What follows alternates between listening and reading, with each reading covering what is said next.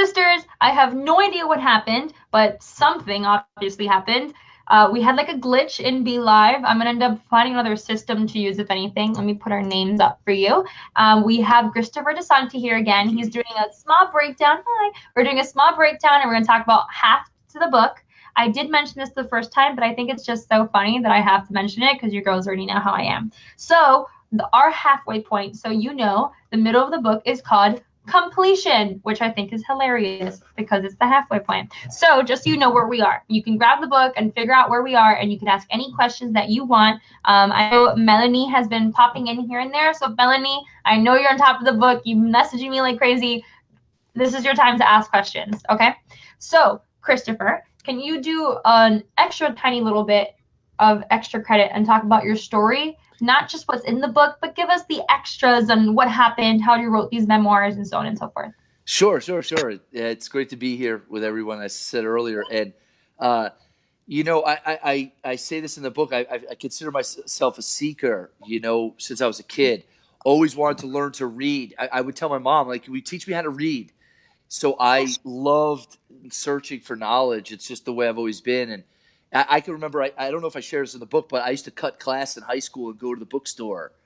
And the teachers used to throw chalk at me, and I'd read books under the table. And that's just the way I was. And, you know, I followed that. I started going to India in my early 20s, and I was working in the mortgage industry right after that. And about 2007, when the market crashed, it was like I ended up going from making all this money to how am I going to even live? How am I going to eat? And I remember this feeling of it challenged so much of me and like what I believed in about life. And I share that in the book.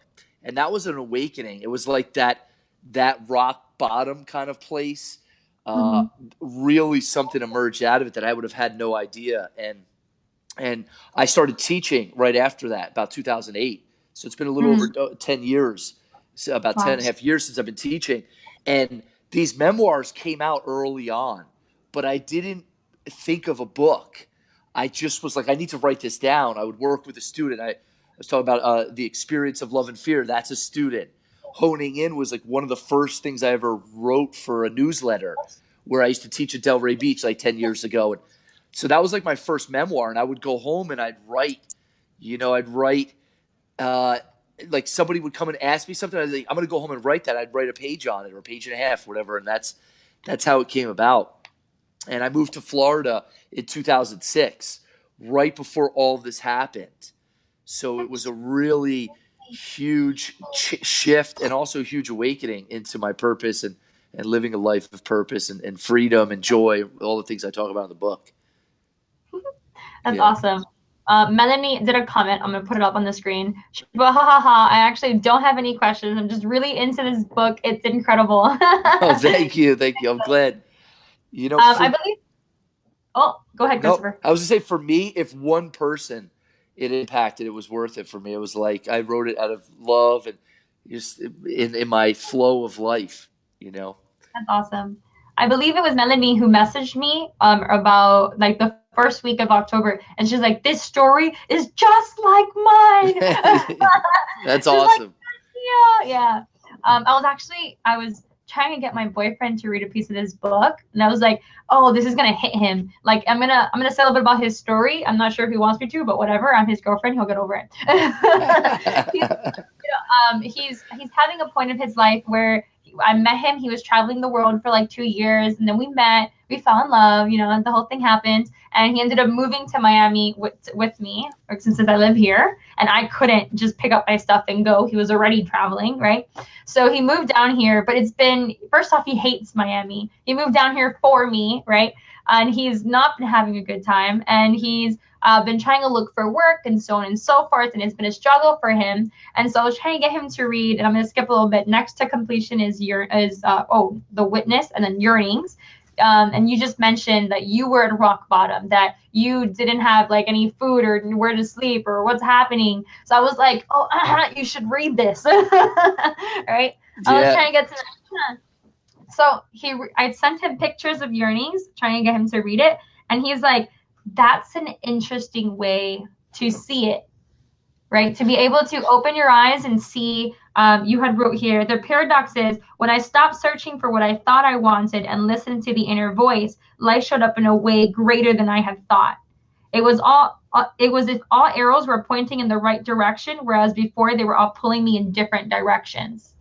Yeah. Right? So that's part of your story. I want to know, what was that shift for you from rock bottom to really getting you to that top? Well, it's fascinating, and I appreciate that question. I remember when the market was turning, and I went from making money, and we were a branch of a mortgage company, and I was still studying a lot of my spirituality, but really behind closed doors for Mm-hmm. probably almost the first 12, 13 years. I didn't talk to anybody about it. I would just read, meditate, travel, go to classes on my own. And then I realized that, and I say this in the book, that no matter how much I visualize like abundance, and it it showed up totally different. And I went, like you were sharing, I remember one week when I went, holy cow, I don't really have money to eat this week. Like, what am I going to do? Like, Mm-hmm. what? And I went from, I got offered a job, and it was not what I wanted to do. And I ended up saying and committing, and I'm going to really follow this call. And within about a month, I was going to a place in Delray Beach. It was a healing center. And within a few months, I was teaching the class there because he knew of my background and he was in India. So it, I just kept following these pulls. And I was waiting tables at a cheesecake factory. Literally, I went from running a mortgage company to waiting tables at a cheesecake factory, but I didn't care. I just used it as my practice of connecting like it within and practicing all these things I talk about in the book. And I live very simple. And I just did that for years. And before you know it, I was teaching a class. And then before you know it, I used to have like one or two people in my class every week. And then before you know it, there was like 50, 60 people in my class. A couple of years had passed. And that's how I started writing these memoirs. And then now I do the gratitude training, and I'll have 150, 200 students, almost about 175, that high, anywhere from 50 to 175 students. So it's like I went from practicing these things, like I said, and really imbibing it in my own life. And that's the key, I think, for everyone. That's what I was hoping for the reader, that they could read it and really bring it into their own life. Yeah. So one thing, okay, so we were talking about earlier, and we'll talk about it again, which is part of that, like that meat suit that you're talking about. That's the meat suit is part of your journey, right? And you said that you think that you found it in some type of India, or I don't know where you got it from, but you got it from someone probably, Someone right? just said a meat suit. I was like, I like that term. Yeah, I think it's cute. It actually caught me, and I ended up highlighting it. Like, I did a little circle thing around it, which I don't do often, by the way. I don't like messing up my books, right? But the meat suit caught my interest. And one of the main reasons for that is because a lot of people are living in this sort of, it's all about the outside versus the inside. And last time in our interview, we started talking about people filling up that void, right? And now you just mentioned abundance. And I feel like this is an extra piece of it. People feel this, that they don't feel complete, right? The halfway point is completion. How can people feel whole and abundant? What do you think is like that missing piece? Yeah, I think there's only one way. There's only Going one in way there? that I know is discovering who you really are. And I don't mean who you really are, but in like, oh well, I'm a mom or a dad or a teacher. I don't mean that. I mean to discover who we are as the light of consciousness, as the light in the, like you talked about, the witness, or, and it goes in as we go into the memoirs, into the book, I'd go further into it. But just like Mm-hmm. a little teaser now as they read on, is that if I get to discover who I am as pure awareness, pure being, that and it's been tried to point, people have tried pointing at it for so many years in so many different faiths and religions, and people talk about the soul or the spirit. I'm talking about this pure beingness that is, nothing can add to it and nothing can take away from it. And the Mm-hmm. body is a meat suit that we use as our, it's like if you've ever seen the movie The Matrix, like our digital self that we navigate through. That was good. That was good. You look like Neo there. You Thank know, you. it, No. and so and as we recognize and we continue to wake up to ourselves as the light of consciousness, as spirit, as the witness, as pure, as a pure being, abundance is like it automatically comes with that recognition. How do you define abundance to you? Abundance is an experience, a feeling, a knowing of completeness. That there's Mm. always enough. That there's enough time, enough love, enough freedom, enough joy. There's enough. I'm enough. Because when people talk about lack, there's not enough as I'm not enough. It just shows up, and I talk about this in the book. Is that we see our picture of the world. We project our picture out onto the world that we picked up from our parents and from early experiences in life. So abundance is the recognition of my own inherent wholeness and completeness, and then it shows up around me. There's an experience of completeness, of wholeness, of enoughness.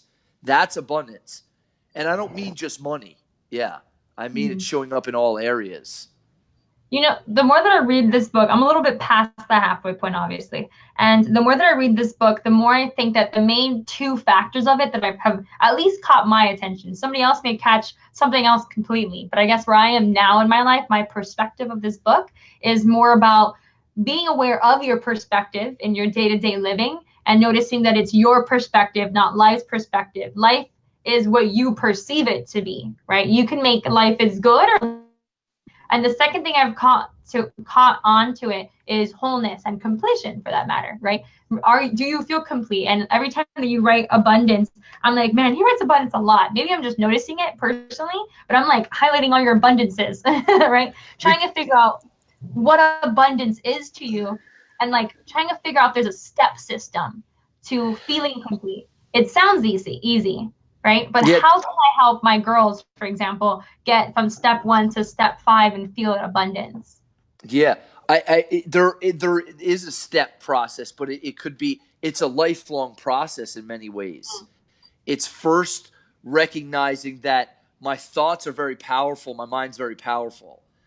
Two, that there's two distinct thought systems in my mind, love and fear, or you could say abundance, scarcity, wholeness, Yeah.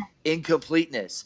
So I get to master my mind in the way that when my mind goes into scarcity, to start to learn to shift it and to think with life, whether you call it God or source or creator or life, to get into that flow and know that the whole entire universe is operating through me. Mm-hmm. You're one aspect of an infinite universe. So to be able to get into that flow, and that takes a day in and day out practice. The steps are, when you wake up, I used to tell my students, I still do, it's really simple. You don't even have to go far to practice this stuff. Literally get out of bed and you will be presented with plenty of opportunities every day where you'll lose your peace. You have an opportunity to discover it again. You have an opportunity to shift and like retrain your mind. And Mm-hmm. that's the steps. Like there's no shortcut to it. You know, like a lot of people, like, yeah, people come to me in my classes or my trainings. And I mean, I've literally been almost every day of my life, like studying and practicing this stuff since I was like 16, you know, and I'll be 40 in January.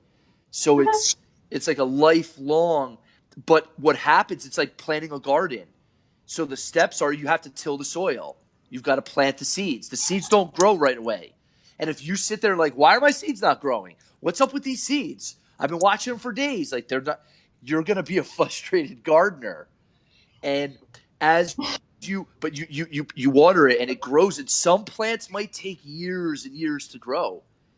Mm-hmm. And it's a The bamboo patience. Yeah. tree. The What's bamboo that? tree takes 5 years. You never see it grow. You have to keep watering it daily, and then suddenly And it will grow up to 200 feet in 3 like months.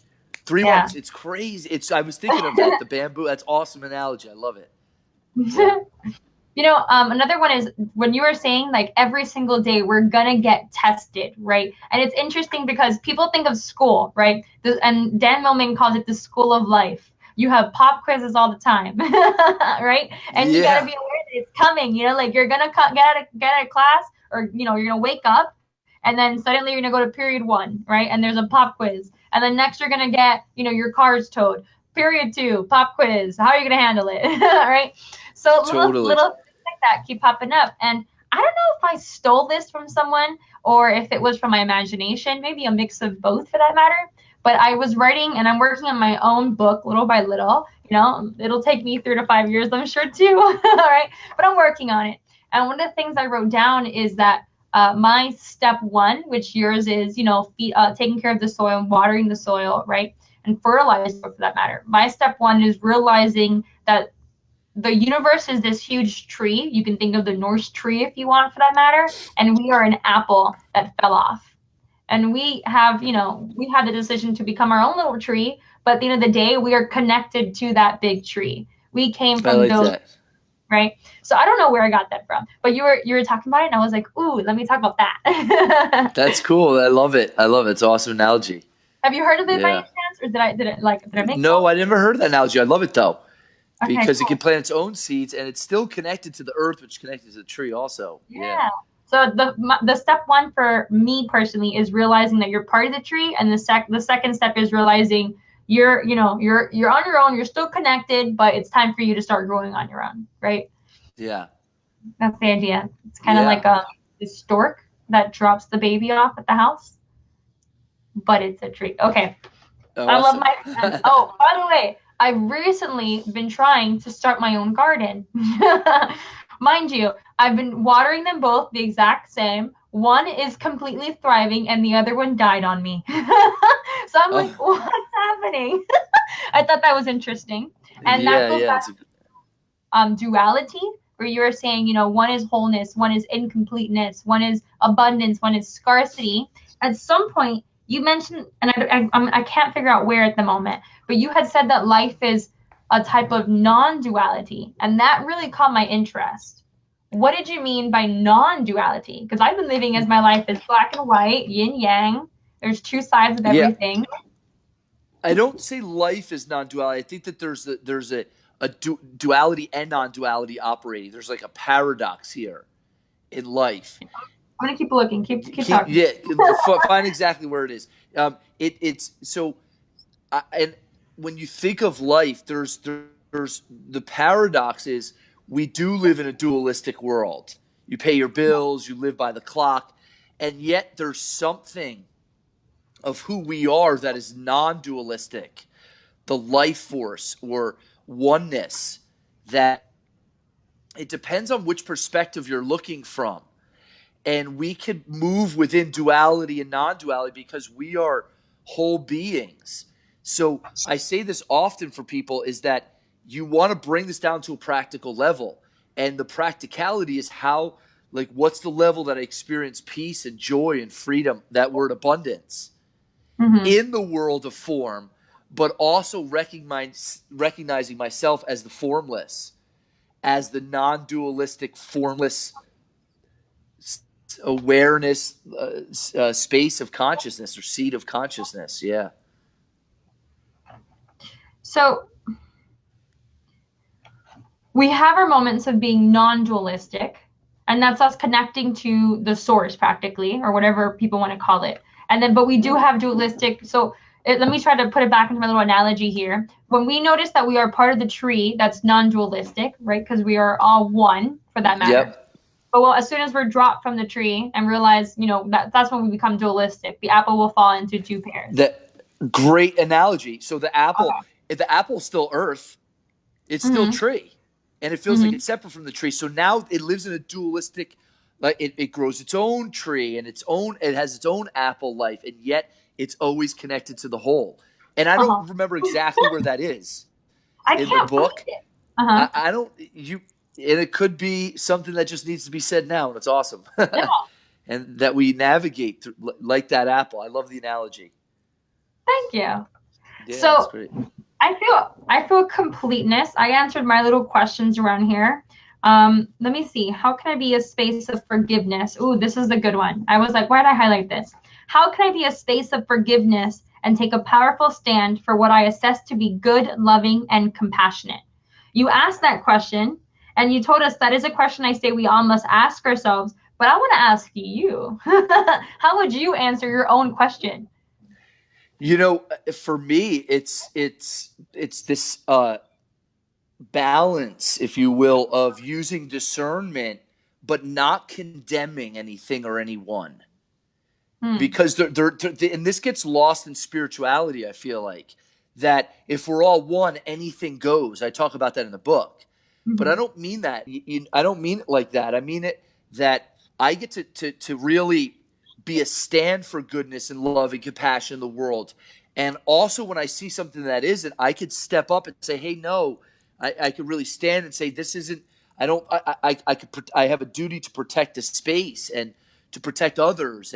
And when I say protect others, I mean that we all get to have a safe space in which we could express ourselves. So what that might look like is, you know, it's I could be walking out in Delray Beach or in Miami, and you could be with your boyfriend, or I'm with my wife, Lori, and I'm Mhm. still aware that we're all one, and yet somebody walking up to me aggressively, like I might get to be like, hey, like there gets to be a stand rather than me try to have conflict with people, fight people. It's really about standing for my own principles rather than being positioned against the world.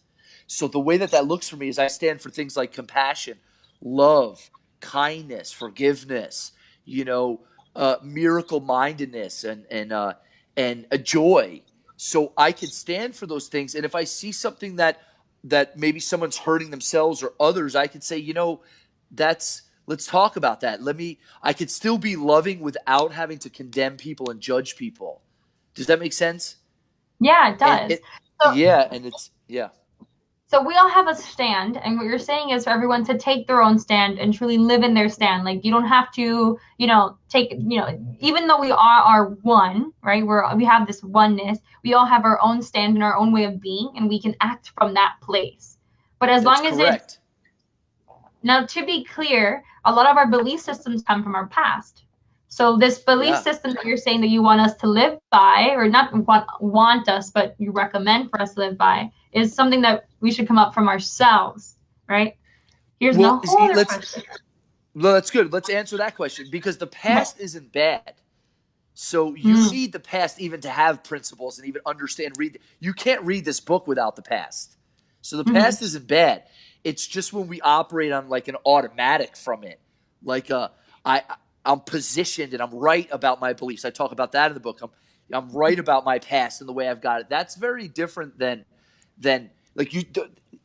I talk about later on in the book, and this is a little sneak peek. I talk about the shootings in Orlando. I talk about the mm, riots in Baltimore. So the people see a lot of things in the world happening, and I think spirituality has gotten very passive in that, oh, it's all love, it's all light, we're all one, so anything goes. And I just don't do anything because it's all perfect. And mhm. yet there's a lot of things happening in the world that I want to be a stand for hunger to end and for everyone to realize that they have enough. And I mean, there's a lot. So we can do that and navigate through the world without having to judge and condemn others and make ourselves better and more right because of our belief systems. That's not the same. Does that make sense? Oh, definitely. And I know that we can go Awesome. on and on and on and on and on and on and on about these subjects. And so I'm looking at the time. I know that we're cutting it close Awesome. already. So I wanna say one more question. We might go off a little tangent about this, and then after that, we'll see if we can try to stop ourselves from more, so we can leave some more for the next Facebook Live. My last question is: you're saying that everyone, the people that are spiritual, I believe they have a type of spiritual ego, if that makes sense. Oh So yeah. people have this type of ego just being them. So you're like, oh yeah, people have this type of ego just being themselves, and then they become spiritual, and then there's like this spiritual ego that grows on the ego, and I Yeah, think yeah. that's hilarious. Right? They think they're better than the world, and you mentioned that people may think that they're better than the world, and they're not. Everyone's equal, right? So what do you say about the spiritual ego? I know it's in here, but give us a sneak peek. It's like another way of dressing it up. It just dresses it up in spiritual garbs, the spiritual look, but it doesn't show up as an experience or as a tangible result in life for people often. They might have like conceptual knowledge of it, but where the rubber meets the road, and this is the duality, is in our practical everyday life. If I say I stand for peace, then peace should show up. If I'm like, I stand for peace and I'm constantly in arguments and fights, something's incongruent. And that spirituality can become another box for people that they wear, another shirt. And it takes, I talk about that in traps. It could be another trap. And that sometimes is very difficult for people to see that one. And so that's what I would say. I remember when I was 12 years old, I've done personal development my entire life, and I thank my father 100% for putting on Jim Rohn in the car. Well, even in kindergarten, he'd be like, shush, Jim Rohn is on. That's awesome. Right? Yeah, and he'd be like, oh, him again. Now I put him on and I'm like, yay, right? And I start jumping up and down. But when I was 12, I remember went to church and I was like, I'm not believing everything that they're saying. And I grabbed my first spiritual book from, the library, and I started devouring the New Age section. And suddenly I realized that I felt even high, like, do you know how teenagers, they have that moment where they're like, like, oh, mom, oh, dad, right? I thought, oh, world. I thought I was better than the world after I started learning about this. Then I met a Buddhist and a Hindu person, and I was like learning about there, and I was like, okay, I'm back down here. Yeah. And that's a beautiful place to be. It is equal as all of us, But I remember thinking I was stuck. I remember being like, how? I know I have this spiritual ego thing going on. How do I get rid of it, right? So, and I think it's the same practice as the ego, and it's just another self-discipline. Yeah, absolutely. It's awesome. That's great. And we'll talk about it as you go on in the book. Yeah. Yeah, I think I'm going to leave it there because I know that you do talk about it in the book. So if anyone's interested in saying, wait, but I want more, how do I get rid of this ego? Read the book, people. We're going to talk about it some more. Now, just a heads up before I end this Facebook Live for this time period around, the next one is going to be October 22nd on 6 p.m. Eastern Standard Time again. And for those around the world, and 6 p.m. equals 6 a.m. for you, don't worry. It is going to be recorded again for you and will show up here, hopefully with no glitches this time. And we are going to give you a huge surprise. So the next Facebook Live is the most important, okay? We're going to go over the other half of the book, the final end of it, and we're going to mention what's next after the book. And Christopher gave me a huge surprise and told me what next is going to be. It's huge. It's big. You want to be there, okay? So I love you all. Christopher, would you like to say anything before you go? Thank you, everyone. Thank you for the opportunity to be with you. Enjoy the book, and I look forward to our next talk together. Yeah, I have some comments here. I'm going to put them up really quickly before I stop. And people were like, yes, oh my God, yes, 110%. So they were getting us. Awesome. And then we have another one that said, I definitely think a lot of people get turned off by spirituality in general because of their spiritual ego of others. Ooh, that's a huge topic right there. Just really quickly. And I think what the first thing that popped up for me was like people that are very Christian, for example, or any very specific religion versus spiritual. I think that's huge. That absolutely. That was a good comment. I can't even see who commented it, but I think it was great. And then people are saying thank you, Christopher. So thank you again, from them and from me, and we'll see you again in a week. Awesome. Take care, everyone. Bye.